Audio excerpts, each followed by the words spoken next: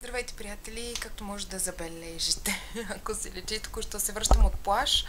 Най-вероятно последният ми за тази година и реших да ви направя едно видео какво има в моята плажна чанта. Така че да започваме. Плажната чанта е пред мен, не съм вадила нищо.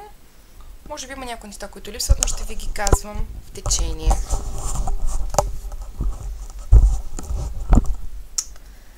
Това първо е плажната ми чанта. Тя изглежда ето така. Save Our Planet. Купуване от Jumbo. Това не е точно плажна чанта, като тук имаше едно копче и тук има един ластик, с който може да я затваряте. Не е купувана точно от Jumbo. Не е точно плажна чанта, но аз използвам за такава.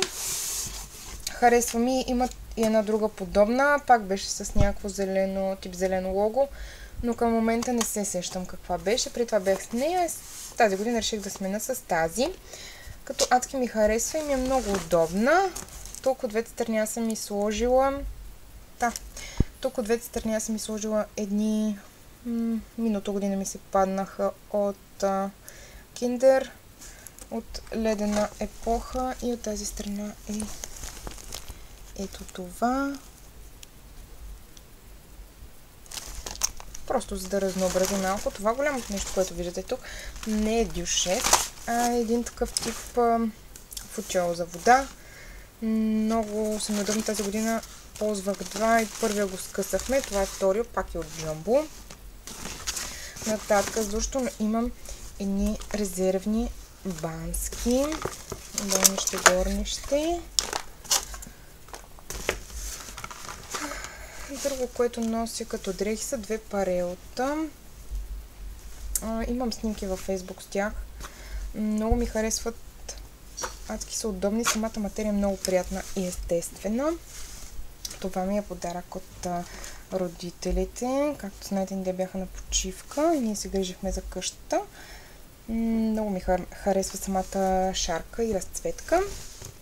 Нататък имам и помпа за този футиол, тъй като той събира доста въздух. Имам едно празно шише от слънцезащитно олио, но го държа, за да може, когато някое олио не ми хареса, самата му опаковка да го прелея тук, тъй като тази е достатъчно стабилна. Това на несесера на Lidl, един слънцезащитен спрей за коса. Пак на марката на Lidl Sien е маслото, всъщност олиото, което се води сухо олио, което използвам в момента.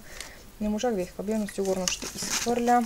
А тук имам едно пролято, което мисля, че е за бърз загар. Също трябва да изхвърля, тъй като тази година не съм на тема бърз загар, тъй като се изгаря. Едни сухи кърпички задължително. Още едни сухи кърпички. Една шнорка за коса, въпреки че предимно ходя вързана. Един ластик. Малко женски принадлежности за всеки случай. Кълфа ми с очила задължително. Имам... То не е точно проблем, по-скоро сама съм се докарала до там.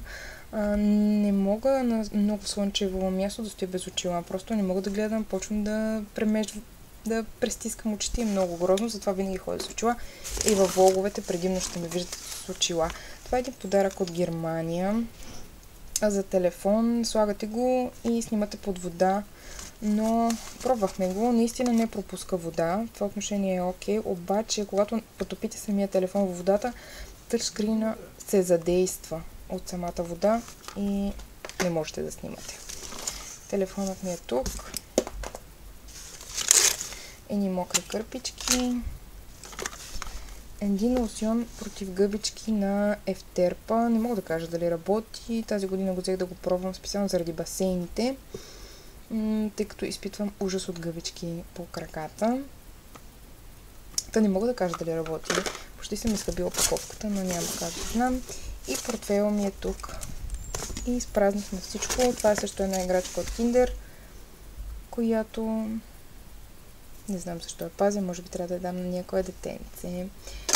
Това беше всичко. Надявам се видеото да ви е харесало. Чао и до скоро!